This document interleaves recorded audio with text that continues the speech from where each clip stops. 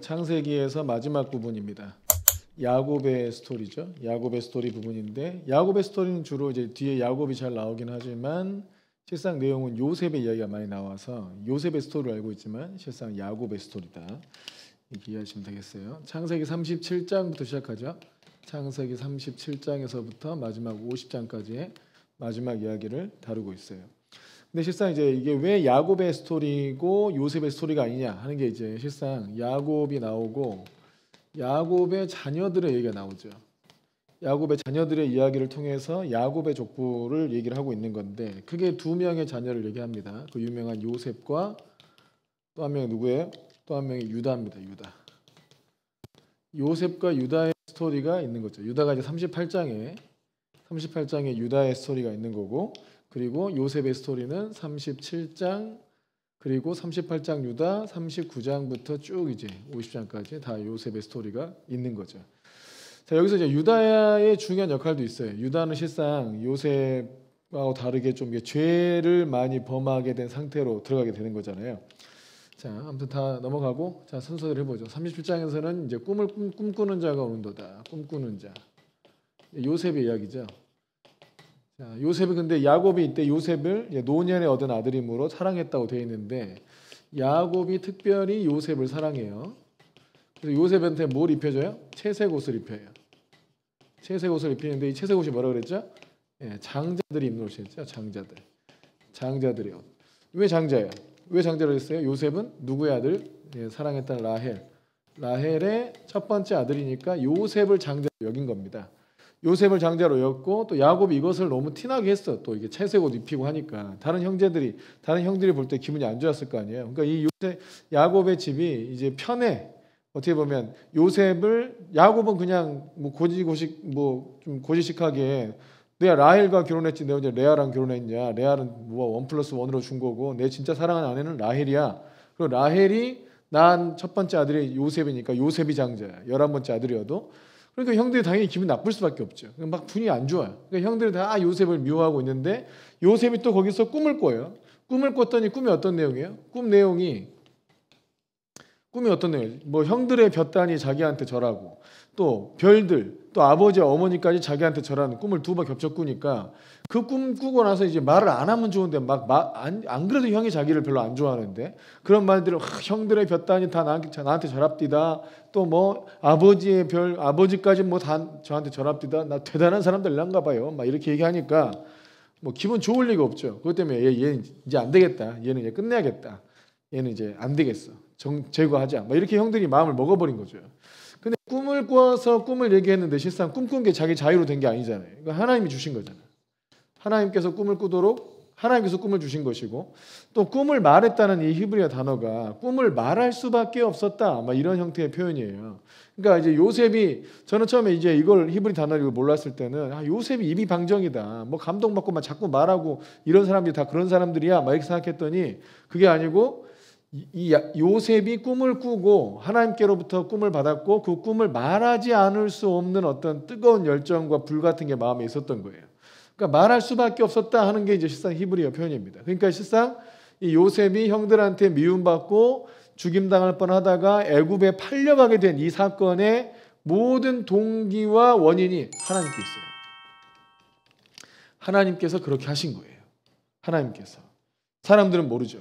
그러니까 요셉이 꿈만 안 꿨다면 또 요셉이 그 꿈을 얘기만 안 했다면 이런 일까지 오진 않았을 텐데 이런 생각을 하겠지만 하나님께서 하신 것입니다. 하나님께서 모든 것을 작정하신 거예요. 작정. 하나님의 작정에 속한다. 그리고 이것도 하나님의 인도하심에 속한다. 뭐예요? 요셉을 야곱의 집에서 빼내기 위한 것이었죠. 이게 하나님의 작정이었어요. 그러니까 이게 우연히 딱 걸려든 게 아니에요. 우연히 뭐 요셉이 꿈을 꾸게 되고 또 우연히 그 말을 했더니 또 하필 또 그 형들이 그거 들으니까 기분 나쁘고 우연히 만나가지고 그 일이 풀어진 게 아니고 전부 다 하나님의 작정이다. 꿈을 꾸게 하신 것도 하나님이시고 말하게 하신 분도 하나님이시고 그 말하게 되면 형들이 열받아가지고 요셉 죽이려 한 것도 뻔히 다 예상하셨고 그러나 그때 또 마침 또 이제 르우벤이나 유다가 야 죽이지 마. 그래가지고 다시 이제 팔게 되고 이 모든 과정들이 하나님의 작정에 속한다. 여러분 우리의 어떤 인생은 여러분 우연이 없어요. 어떤 목사님은 우연에 대해서 좀 긍정적으로 봐야 된다, 인정도 해야 된다 이런 얘기하지만 실상 그렇지 않아요. 하나님께서 우리를 인도하실 때 어떤 일이 생겼을 때 우리가 만나게 된 거, 어떤 일이 일어난 거, 여러분 그때 그 순간에 뭐 하나만 틀어져도 그 일이 안 나타나요. 이거는 누군가가 정말 작정해서 그 일을 일어나려고 나도록 하기 위해서 그 일을 만들었다고 생각해야지 우연히 이렇게 생각하면 안 돼. 이 모든 것이 하나님의 어떤 치밀한 계획과 작정 속에서 이루어졌습니다. 이 일을 통해서 요셉은 실상 어떻게 돼요? 요셉은 애굽에 팔리게 되고 야곱은 어떻게 돼요? 요셉이 죽은 걸로 이해하게 되죠. 가장 가슴 아픈 시간을 보내게 돼요. 거의 한 20년이 넘는 시간 동안. 실상 노예로 10년, 감옥에서 2년, 총리에서 7년, 흉년 2년째. 몇 년이야? 19년, 12년, 19년, 21년. 한 21년, 22년 정도의 시간 동안 야곱은 요셉이 죽었다고 생각하고 정말 가슴 아픈 시간을 보내고 요셉의 동생이었던 베냐민에게 또 마음을 다 쏟고 있었던 거죠. 이런 상황이 전개가 되는 거예요. 근데 이때 그리고 실상 요셉의 스토리가 이렇게 한 22년 가까이 지나가잖아요. 그러니까 10년 동안 보디바르 집에서 노예 생활하고 2년 동안 만 2년 동안 감옥에서 죄수 생활하고 그리고 총리가 돼서 7년 풍년이 지나죠. 그리고 흉년 2년 차 됐을 때 형들이 내려오거든요. 그러니까 한 21년, 22년 정도 시간을 보내잖아요. 근데 그 시간 동안에 유다의 이야기를 기록하는 거예요. 근데 유다가 누구랑 결혼해? 가나안 사람의 딸과 가나안 사람 수아의 딸과 결혼하죠. 수아의 딸하고 딸의 아내 이름이 수아가 아니에요. 친구 이름이 수아예요. 보통 여자 이름이잖아. 수아가 우리는 아니다. 수아가 아니죠. 여기서 맞죠. 가나안 사람 수아라는 자의 딸을 보고 그를 데리고 동침해. 자, 가나안 사람 수아라는 자의 딸을 보고 그를 데리고 동침해가지고 임신해서 아들을 낳았는데 그 아들들의 이름이 뭐예요? 엘. 첫째가, 둘째가 오난, 셋째가 셀라. 근데 엘은 하나님 보시기에 악해서 하나님께서 치셨어요. 악했다 나오죠. 악했다. 엘은 악했어요. 그래서 하나님께서 그를 치셨어. 먼저 데려가셨단 말이에요. 누가 악했어요? 엘이 악했어요. 엘이 악해서 하나님께서 엘을 치셨어요. 여기도 뭐라고 유대인들은 해석을 하냐면 엘이 자녀를 낳으려고 하지 않고 자기들끼리만 자녀 낳지 않고 자기들끼리만 쾌락을 누리고 살려고 했기 때문에 그것이 악했다. 이렇게 해석을 하고 오난이 그 당시에 기업물을 자의 풍습이라 그래서 기업물을 자의 풍습이라 해서 형이 아들을 낳지 못하고 죽게 되면 동생이 형수와 결혼을 해가지고 아들을 낳아요. 그럼 그 아들은 형의 가문을 잇는 아들이 되는 거죠. 그러니까 실상 오난이 그 형의 아들도 키워주고 교육시켜주고 또 재산도 띄워주고 이런 일들을 해야 돼. 그러니까 자기한테 손해가 될까 하여 땅에다 설정하죠. 그래서 그것도 악하여서 하나님께서 오난도 치십니다. 그러니까 형의 가문을 이으려고 하는 것이 동생들의 어떤 보면 의무고 사명인데 가문을 계속 이어야 되는데 그것을 행하지 않는 이 동생을 하나님께서 악해서 치십니다. 그런데 이것도 악했잖아요. 누가 악해? 다 형제들이 악한 거거든요. 그런데 이거를 유다가 보고 있을 때 아니 두 아들이 다 죽었잖아요. 두 아들이 하나님께서 치서 죽었는데 누구 때문에 죽었다고 생각해요? 엘의 그 며느리였던 다말. 야, 이 다말이 정말 다 말려 죽이는구나 내 아들들을 이렇게 생각해가지고 다말이 얘가 위험한 여자다 이렇게 생각하고 실상 이 셀라도 기업물을 자의 풍습에 의해서 얘가 성장하면 다말과 결혼시켜서 이 형제들의 가문을 잇게 해야 되는데 이 셀라가 장성했는데도 다말에게 결혼시키지 않는 거예요. 그러니까 다말은 실상 자기가 잘못해가지고 남편들이 죽은 게 아니잖아요. 그런데 유다는 다말이 잘못했다고 생각해서 실상 셀라를 주지 않는 거죠. 그러니까 억울했겠죠.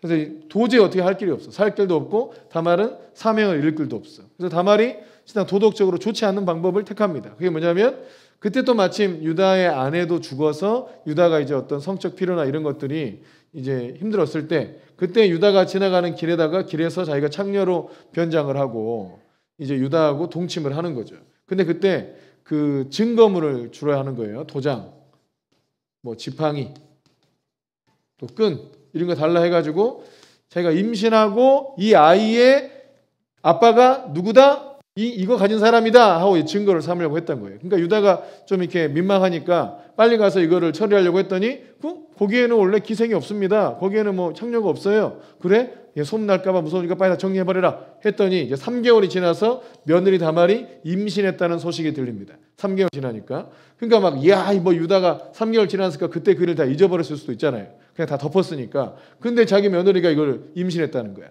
이 며느리 이것이 남편들 죽고 나니까 이것이 아주 그냥 못된 짓 하고 다니는구나 하고 불살라 죽여버려라 했더니 그때 다말이 뭘 꺼내들어요? 이 아이의 아버지가 누구냐면 이 도장과 지팡이와 끈의 주인입니다 하고 했더니 누구야? 자기 기억나는 거죠. 아하, 기억나니까 자기의 죄가 떠올라요. 뭐였어요? 셀라를 다말에게 주었어야 되는데 주지 않아서 다말이 저렇게 했구나 하고 실상 다말을 불러 태워 죽이려고 해라 했더니 유다가 실상 그렇지 않고 나보다 다말이 더 의롭다 하고 자신의 잘못을 인정하게 되죠. 그리고 낳은 아들이 누구냐면 다말을 통해서 낳은 다말과 유다를 통해서 낳은 그 아들이 누구예요? 두 명? 누구야? 베레스와 세라죠. 베레스와 세라입니다. 세라. 또 베레스를 통해서 다윗이 나오는 거예요.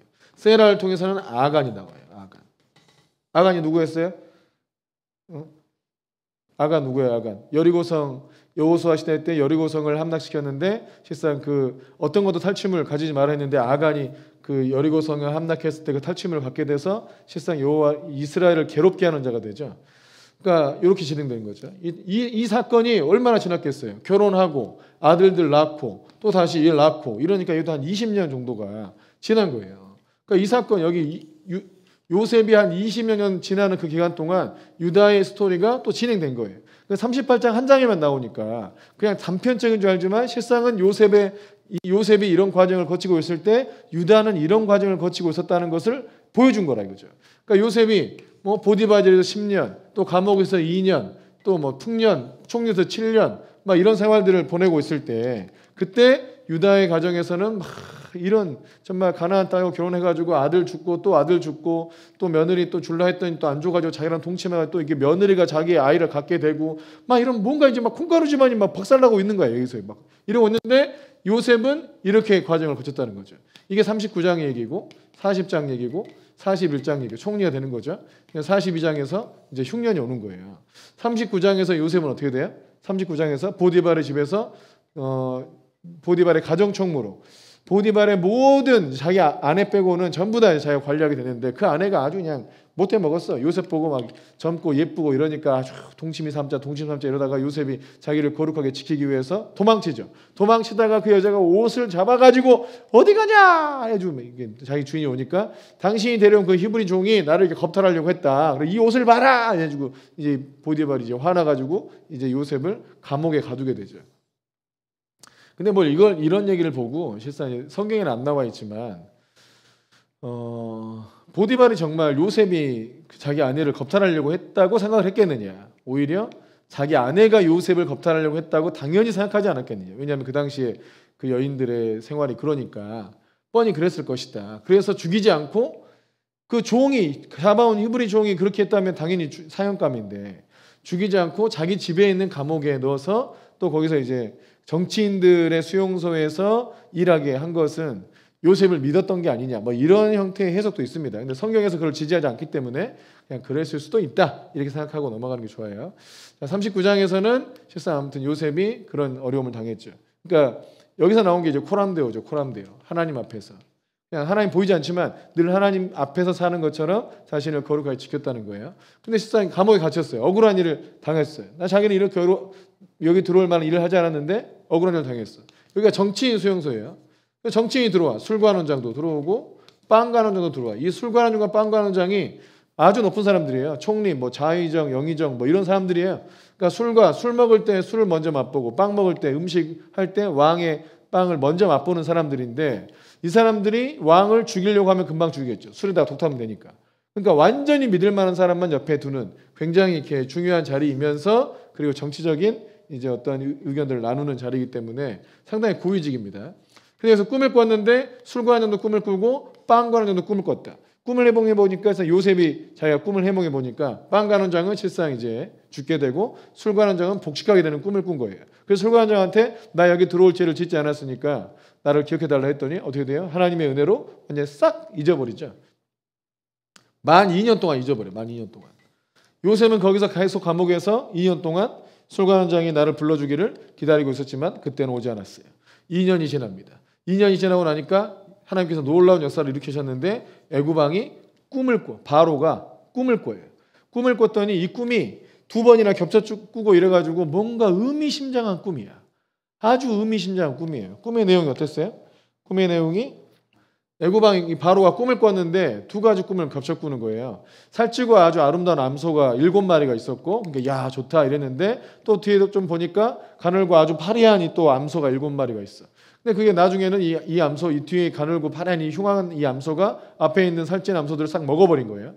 또 하나는 아름다운 또 이렇게 풍성한 이삭이 7단이 있었는데 또 뒤에 가늘고 동풍에 마른 것 같은 또 이삭이 7단이 또 있어. 근데 또 뒤에 있는 것이 또 앞에 거를 싹 먹어서 없애버리는 거예요. 자, 이 꿈이 도대체 무슨 꿈인지 해석이 안 돼가지고 많은 이제 자기 종들한테 자기 이제 뭐 술사나 마법사들이나 뭐 이렇게 점쟁이들한테 다 물어보니까 해석을 한 사람이 없어요. 근데 이제 거기서 술관원장이 딱 떠오른 거죠. 아, 요셉이라는 사람이 있었다. 내 꿈을 해석해서 그 꿈대로 내가 진짜 정말 복직됐다. 제가 이걸 잊어버리고 있는 것을 왕 앞에 회개합니다. 하면서 실상은 그 요셉을 천거하게 되죠. 요셉이라는 사람이 있었다고. 그 요셉이 와서 그 꿈 얘기를 들어보니까 뭐예요? 7년 동안 큰 풍년이 있을 것이다. 7년 풍년이 있을 것이고 7년이 지나고 나면 다시 이 7년의 풍년을 잊어버릴 만한 큰 흉년이 올 것이다. 7년의 흉년. 이렇게 하나님께서 또 두 번이나 겹쳐 꾼 것은 이 일이 반드시 일어날 일이니까 앞으로 하나님께서 이 일대에 애굽의 흉년 오기가 쉽지 않거든요. 애굽의 나일강 때문에 흉년 오기가 쉽지 않아요. 근데 이런 일들이 일어날 것이기 때문에 대비하라. 그래서 모든 7년의 풍년 동안 20%씩은 저축하고 이러면서 이제 어려운 때를 대비하라는 거죠. 그러니까 이 얘기를 듣고 바로 왕이 야 이렇게 하나님의 영에 하나님의 신에 감동된 사람을 우리가 어디서 찾을 수 있겠는가 해가지고 그 자리에서 바로 요셉을 바로 애굽의 2인자로 세워버립니다. 그래서 총리가 되는 거죠. 엄청난 일이죠. 기적 같은 일이죠. 하나님께서 역사하시다고밖에 볼 수 없지. 근데 봐보세요. 10년 동안 노예에 살고 2년간 감옥에 살고 그리고 한순간에 총리가 됐다. 그럼 10년간 2년 이 시간 동안 하나님은 뭐 하신 거예요? 요셉을 훈련시켰다고 봐야죠. 그러니까 한 13년 동안의 시간 동안 하나님께서는 요셉을 훈련시켰어요. 총리로 세워내기 위해서. 그러니까 이 13년 동안 요셉이 아주 잘 연단된 거예요. 10년 동안 노예로 있지만 아주 신실하게 하나님 앞에 살고 또 2년 동안은 실상 정치인 수용소니까 애굽의 정치를 싹 배우게 된 거죠. 그리고 정치인으로 세운 거잖아요. 그러니까 요셉이 또 이 10년 동안 총리로 있으면서 작은 집이 아니지. 보디발의 집에 가정을 다 관리하는 총리 역할을 하고 있었던 거고 또 감옥에서 그런 역할을 하고 있었던 거고 원체 잘하니까 다 신임 얻어서 정말 사람들의 신임을 다 얻을 정도. 여러분 이게 너무 중요해요. 훈련할 때는요. 정말 다스리는 자, 따라오는 자 모든 사람의 신임은 얻을 정도의 사람이 돼야 돼요. 그렇게 인격과 또 신앙과 또 그런 지조가 정말 사람들의 신임을 얻을 정도가 돼야 돼. 그러니까 사람들도 못 믿겠어요. 그런 사람 되면 하나님께서 그 사람을 쓰지 못해요. 그러니까 여러분 훈련 때는 사람들에게 신임을 얻을 수 있어야 돼요. 훈련 받는 게 중요한 거예요. 그게. 아멘이십니까? 물론 이제 악한 사람들은 신임하지 못하겠지. 그러나 상위에 있는 사람들, 그걸 시키는 사람들은 볼 줄 알거든요. 다른 사람과 다르다는 걸 안단 말이에요. 그러니까 그런 부분에 있어서 신임을 얻을 수 있어야 돼요. 여러분 우리가 계속 다 연단을 받고 오고 뭐 저나 성도님들이랑 다 연단을 받는데 결국 뭐냐면 진짜 끝까지 믿을 만한 사람이다. 하나님께서도 이 사람이 끝까지 내가 약속한 대로 나를 믿고 의지하고 따라오는 그런 사람이다. 사람들이 볼 때도 이 사람은 끝까지 하나님의 말씀을 믿고 따라간다. 그리고 그 인격이 정말 교만하지 않고 늘 겸손하고 자기를 낮추고 하나님을 높이고 이런 사람이다 하는 것을 13년 동안 훈련을 받는 거예요. 그러니까 총리 자리에 앉혀놔도 이 사람이 갑자기 교만해져가지고 하나님을 잊어버리고 가가가가가 하면서 나는 이제 바로의 아들도 한번 해볼까 막 이딴 식으로 생각하면 이제 될 수가 없죠. 그런 정도의 사람이면. 근데 그럴 사람이 아니라는 걸 주님이 철저히 훈련시켜놓고 세운 거예요. 그러니까 하나님은 누군가를 쓰기 위해서는 반드시 훈련시키신다. 하나님 나라를 위해서 어떤 사람을 훈련을 시켜요. 모든 분야에서. 근데 이 요셉이 특별히 택함을 받았죠. 근데 유다는 뭐예요? 자기 인생이 아주 가정이 개판이 되고 있어. 정말 가나안 사람과 결혼하지 말아 했더니 가나안 사람과 결혼해가지고 가나안 여자 결혼해가지고 다 하나님 앞에 악한 자들이라 먼저 죽고 또 그나마 이 집안에 구원해준 이가 다말이에요. 근데 다말인데 또 유다가 판단 잘못해가지고 다말이 다 말아먹은 줄 알고 지가 다 말아먹었는데 다말이 다 말아먹은 줄 알고 이 여인에게 또 이렇게 자기 막내 아들을 주지 않아가지고 집안이 또 자기랑 동침해가지고 애를 낳게 되고 이 좀 부끄러운 어떤 가정사를 이루어지게 된 거지 이게. 그때 요셉은 연단을 받고 있었다는 거. 근데 또 더 놀랍고 신비한 얘기는 이 유다의 이렇게 좀 이렇게 그의 죄로 인해서 망가진 이런 가정에서 하나님께서 이 과정을 통해서 유다를 회개케 하셔가지고 정말 결정적으로 이스라엘 가족들이 전체적으로 구원받는데 중요한 역할을 하게 하고, 그러니까 인생 역전의 중요한 스토리가 이 유다의 가정에 있는 거예요. 자, 우리가 이제 37장부터 이제 41장까지의 스토리가, 유다의 스토리가 38장에 있고 37장에서 41장까지가 이제 요셉의 스토리잖아요.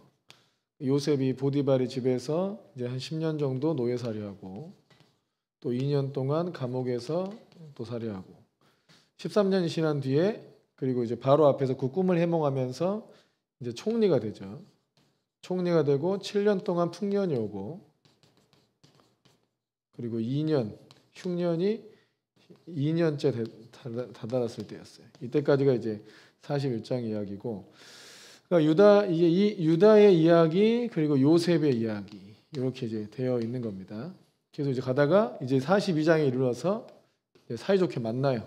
42장에 흉년 2년 차 됐을 때, 흉년 2년 차가 됐을 때 이 형제들이 사이좋게 만나죠. 뭐 사이좋게 만나는 건 아니죠. 그러니까 10명의 형제들이 누굴 빼고 10명. 그래서 베냐민이 빠져 있죠. 베냐민에게 또 이렇게 화가 미칠까 해서 야곱이 이제 걱정하는 거죠. 요셉처럼 또 베냐민까지 잃어버리면 안 되니까 베냐민은 빼고 10명의 형제들이 요셉을 찾아와서 뭐 합니까? 절하죠. 자, 뭘 본 거야 이게 지금? 요셉이 언제 본 거예요 이 장면을? 42장에 보면 42장에 9절에 요셉이 그들에게 대하여 꾼 꿈을 생각하고 그들에게 이르되 너희는 정탐꾼들이라 이 나라의 틈을 엿보려고 왔느니라 한 거예요. 자, 이 10명의 형제들이 자기한테 와서 절을 하는 거. 37장에 꿈을 꿨잖아요. 요셉이. 뭔 꿈을 꿨어요? 볕단이, 형들의 볕단이 자기한테 절하는 꿈을 꿨잖아요. 와, 그 꿈이 생각난 거예요. 그 꿈이 생각나. 그 순간에. 42장에 사이좋게 만났는데 그 순간에 그 꿈이 생각난 거예요. 그 꿈이 이루어지겠구나. 근데 꿈이 한 번 더 있잖아요. 아버지하고 어머니도 내려와서 자기한테 절하는 꿈이 있죠. 이것을 또 이루어겠죠. 이것도 이루어지겠구나 하고 실상 이 형들을 어떻게 해요? 너희는 정탐꾼들이다 하고 이제 약간 이제 이거를 뭐라 하잖아요. 그 누명을 씌워서 이게 이제 곤란한 상황이 되게 만드는 거예요. 그래놓고 물어봐요. 동생이 있느냐? 동생이 있다 그래. 그럼 왜 안 데리고 왔냐? 그 동생 데려와라. 이제 베냐민 만나고 싶은 거죠. 다 데리고 와라. 왜냐하면 이 두 번째 꿈을 이루기 위해서 요셉의 실상 전략을 쓰는 거라 볼 수 있죠. 그러니까 이 동생이 있긴 한데 이거 뭐 갑자기 왜 동생이 있는 걸 어떻게 알고 또 왜 또 얘기를 해가지고 막 복잡해졌어요. 그러니까 막 다 감옥에 갇혔다가 막 3일 동안 가뒀다가 한 명 남겨두고 동생 데리고 와. 다음에 올 때는 동생 꼭 데리고 와야 돼 하고 이제 시몬을 이제 감옥에 두고 올려 보내죠 다시. 그러니까 막 그 곡식을 사러 왔던 돈까지 다 올려 보내니까 가는 중에 보니까 돈도 있어. 와 이거 어떻게 하면 좋아? 이거 큰일 났다. 마치 꼭 훔쳐온 것 같잖아 그렇게 하면.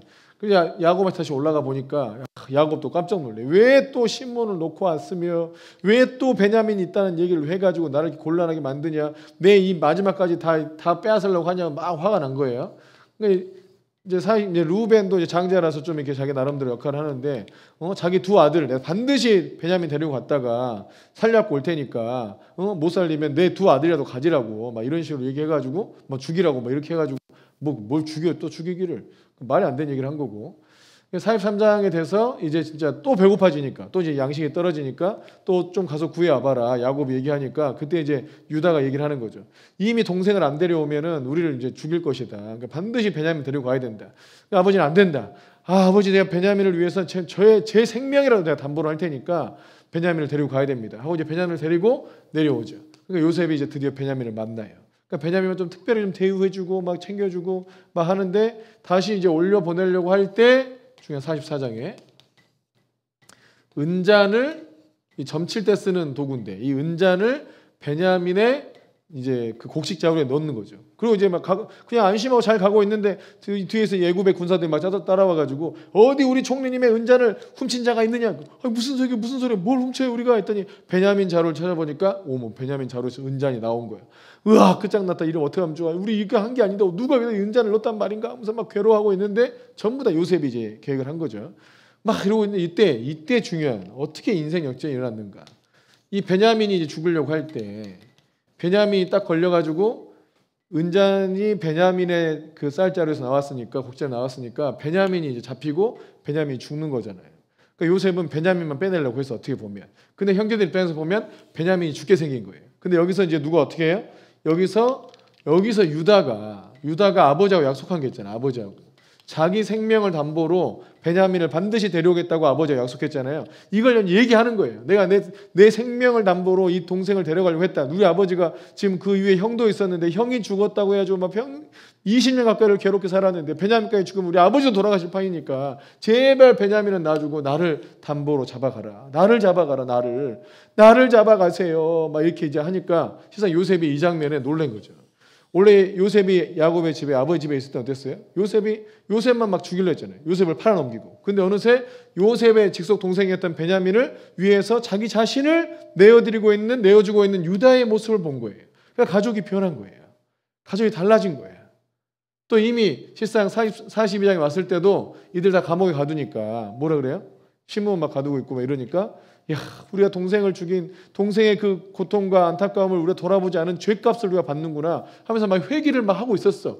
그러니까 막 요셉이 그걸 보고 안타까워도 하고 했는데 이 결정적으로 베냐민을 위해서 유다가 자기 생명을 담보로 하겠다고 얘기를 하니까 거기서 이제 요셉이 마음이 훅 터진 거죠. 형님들한테 자기 자신을 오픈하고 제가 요셉입니다. 제가 여기서 총리가 되어 있습니다. 이것은 지금 형님들 막 내가 20년 전에 나를 팔아서 막 죽이려 하고 팔았던 거 여러분 개의치 마세요. 하나님께서 나를 먼저 여기 보내신 거라고. 이 흉년이 올 것을 하나님이 아시고 나를 먼저 여기 보내서 더 많은 사람들의 생명을 구원하려고 한 것이니까 형님들 그거 개념치 말고 아버지 모시고 내려오십시오 하면서 이렇게 이런 아주 극적인 어떤 상봉이 45장에서 이루어지는 거예요. 45장에 샤워하듯이 요셉이 자기를 오픈하고 형제들과 막 부둥켜 안고 울고 막 이런 장면이 연출되는 거죠. 형제들 올라가가지고 이제 46장 가보면 야곱한테 얘기하니까 정말이냐 요셉이 살아있단 말이냐 그것도 또 총리가 돼 있단 말이냐 얼른 내려가자 막 내려가는 거예요. 그때 또 하나님께서 야곱에게 내려가는 걸 두려워하지 말아라. 내가 너와 함께하겠다 약속하시면서 애굽으로 야곱이 사죽을 못 쓰고 내려오는 거예요. 사죽을 못 쓰고 야곱이 어디로요? 야곱이 이제 요셉 만나려고 애굽으로 내려오게 되는 거죠. 이렇게 스토리가 전개가 되는 겁니다. 42장부터 다시 한번 정리해보면 42장은 뭐예요? 사이좋게 만났어요. 형들을 처음 만나요. 형들을 만남. 그때 요셉이 뭘 생각해요? 꿈을 생각해.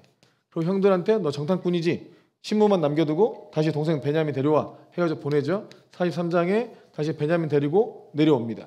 내려와가지고 베냐민 만나고 막 좋았는데 이제 다시 44장에 은잔을 베냐민 자루에 넣어가지고 베냐민을 이제 처형하려고 해서 이제 잡아가려고 이렇게 하니까 실상 베냐민을 구원한 사람이 누구였어요? 유다였죠.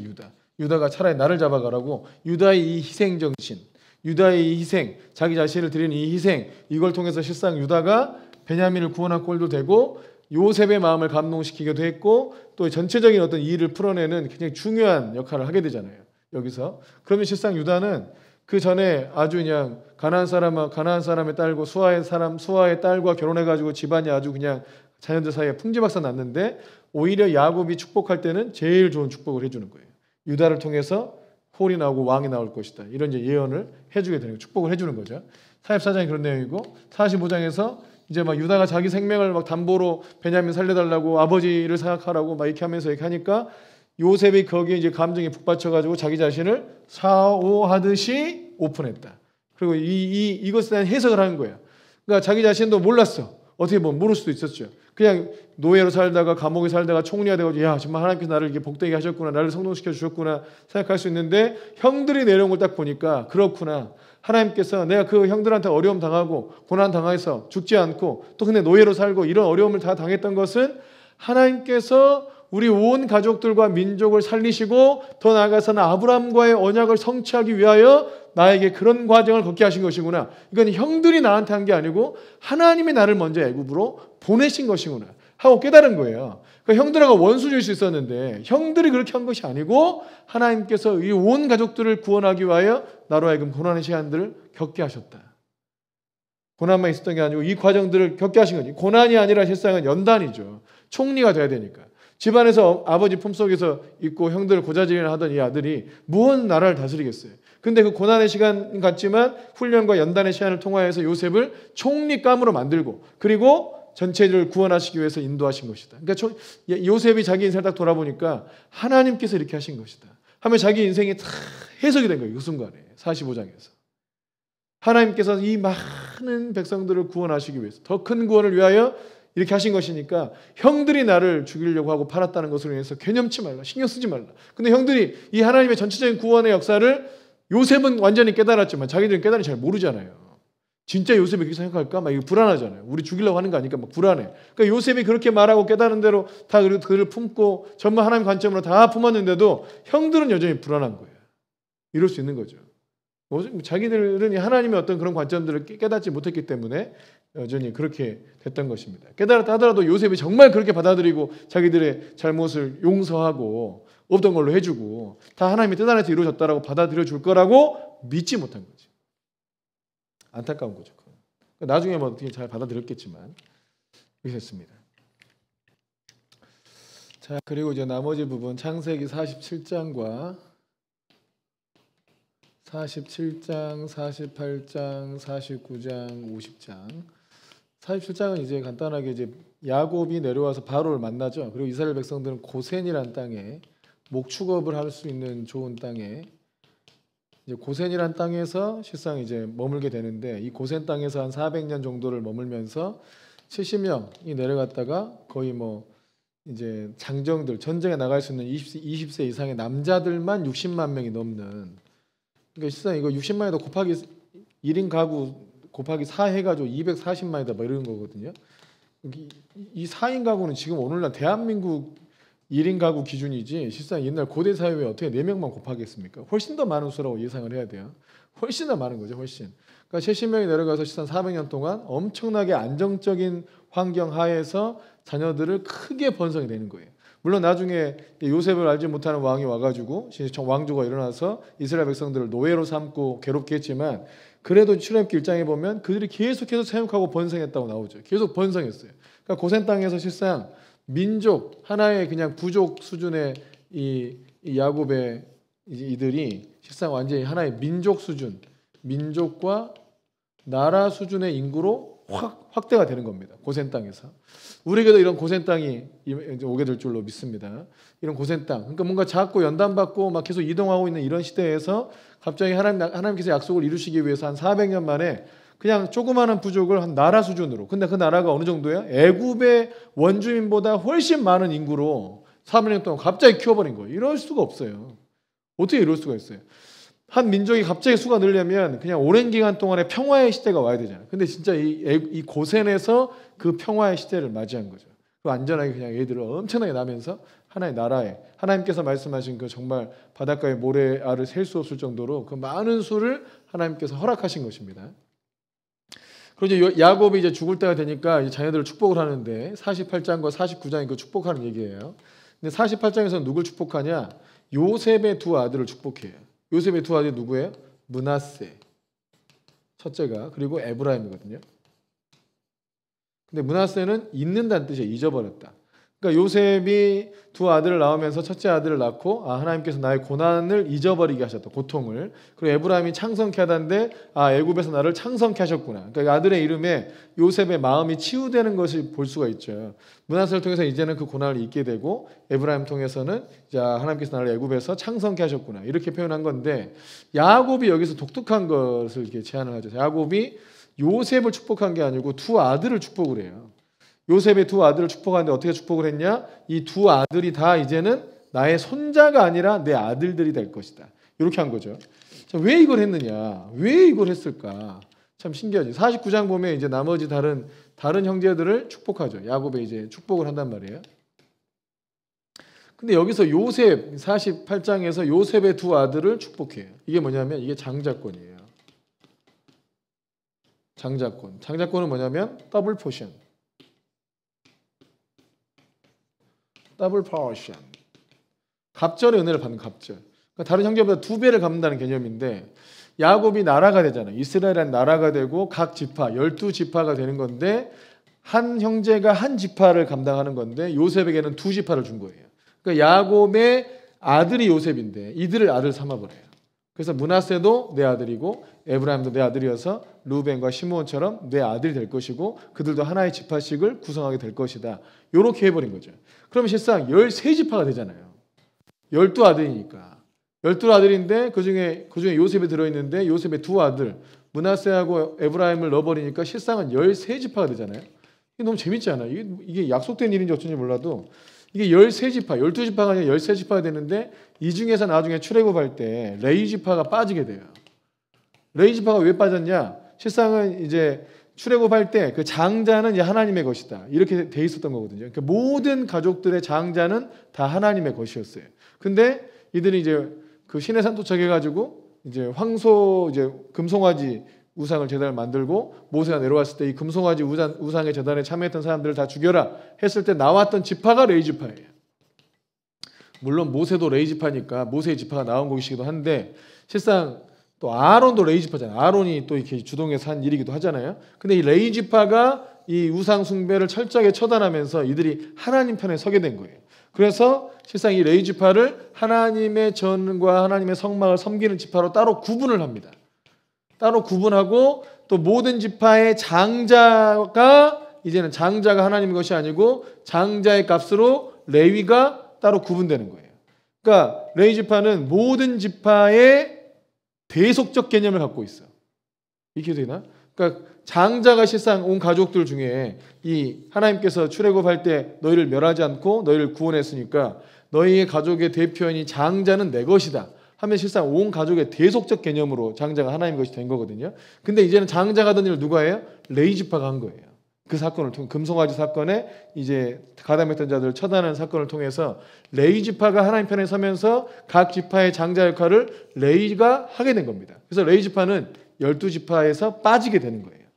여기 때부터 12지파에서 빠지고 플러스 레위 지파 이렇게 되는 거예요. 그럼 12지파가 어떻게 채워져요? 여기 므낫세하고 에브라임 때문에. 여기가 장자 지파인 거예요. 장자 지파. 요셉이 여전히 장자권을 갖고 있는 거예요. 장자 지파니까 더블 포션을 갖게 되고 그중에 므낫세, 에브라임. 그 에브라임이 나중에는 이스라엘이라고 표현할 때도 있고 이스라엘 지파, 이스라엘 백성들을 에브라임이어라고 표현할 때도 있죠. 그러니까 에브라임이나 이 므낫세가 제일 사람 수도 많고 또 에브라임이 이스라엘이란 나라의 대표격으로 불리기도 했고 그러니까 정치적 리더십이 에브라임한테 있었던 거죠. 그리고 유다에게 실상 이제 신앙적인 어떤 주도권이 유다에게 넘어갑니다. 유다에게 주가 있고 홀이 있다. 왕이 나신다. 왕. 또 사자다. 이게 뭐예요? 유다의 사자로 오시는 요한계시록에 유다의 사자이신 예수 그리스도가 나오시는 거죠. 그 실상 예수님은 이 장자인 에브라임 지파도 아니고 므낫세 지파도 아니며 레위 지파도 아니고 오히려 유다 지파를 통하여서 왕으로 우리 가운데 오시는 이제 예수님이시다. 이렇게 정리가 되는 겁니다. 47장은 이제 바로를 축복했고 48장과 49장에서 다 축복한 얘기인데 48장은 요셉의 장자를 먼저 축복을 한 건데 요셉의 장자들이었던 므낫세와 에브라임을 이제 야곱의 아들로 삼아버리는 그래서 이제 두 지파를 준 거고 나머지 49장에서 나머지 다른 아들들에게 이제 실상 축복을 하면서 한 지파씩 구성하게 되게 한 거죠. 그 중에서 중요한 게 이제 유다에게 왕이 나올 것이다. 예수님이 이제 유다 지파를 통해서 나오시게 되고 50장에서 야곱이 죽어요. 야곱 죽고 요셉도 죽는데 야곱을 어디에 묻어요? 네, 막벨라 굴에 묻습니다. 막벨라 굴에. 이게 중요한 거예요. 막벨라 굴에. 왜 막벨라 굴에 묻게 될까요? 이들의 조상을 굉장히 중요하신 여기기 때문에 막벨라 굴에 야곱이 묻혀 있고 아브라함도 묻혀 있고 사라도 묻혀 있고 이삭도 묻혀 있고 또 리브가도 묻혀 있고 그리고 레아도 거기 묻혀 있고 또 야곱이 이제 거기 묻히게 되는데 이러면서 자기의 믿음의 조상들이 다 막벨라 굴에 묻히게 되면서 아브라함에게 하나님께서 약속하셨던 창세기 15장의 횃불 언약에 400년 동안 이방에서 종살이 하겠지만 다시 돌아온다 했죠. 그 돌아오는 그 약속을 잊지 말라고 야곱도 거기 묻히게 되고 요셉도 이제 그 유언을 하게 되죠. 이 땅에서 나가게 될 것이다. 우리는 아브라함과 하나님께서 하신 그 약속 때문에 이 땅에서 나가게 될 텐데 나갈 때 반드시 내 유고를 가지고 나가라고 이제 유언을 남기게 됩니다. 그래서 믿음의 조상들의 어떤 이런 스토리가 이렇게 정리가 되는 것입니다. 자, 근데 창세기 이제 뒤 후반부 야곱의 스토리에서 참 이렇게 독특하고 좀 재미있는 부분은 뭐냐면 실상 예수님은 유다 지파에서 나오시잖아요. 근데 유다가 참 아주 바람직하고 도덕적으로도 이렇게 흠없이 잘 살아줬으면 참 이해가 잘 될 텐데 유다의 삶이 그렇게 깨끗하지 않았어요. 유다가 이제 가나안 사람과 결혼하고 그 두 아들도 죽고 자기 의로웠던 며느리도 이해 못하고 그러면서 실상은 유다의 삶이 참 그렇게 모범적이지 않아요. 안타깝잖아요, 그죠? 또 이제 실상 다말 자기 며느리하고 자신의 또 어떤 도덕적 품결로 인해서 이제 동침을 했는데 또 그 후손이 나오는 거예요. 그러니까 실상 집안이 콩가루 집안 된 거예요. 아주. 그런데 또 주님은 그 유다의 지파에서 나오시는 거예요. 그러니까 이게 그 참 완전하신 하나님 또 의로우신 하나님께서 참 죄악으로 버무려져 있는 유다 지파를 통하여서 나오신다는 게 참 아이러니죠. 또 이게 성경에서는 실상 그 다말의 그런 다말을 아주 의인으로 이렇게 보잖아요.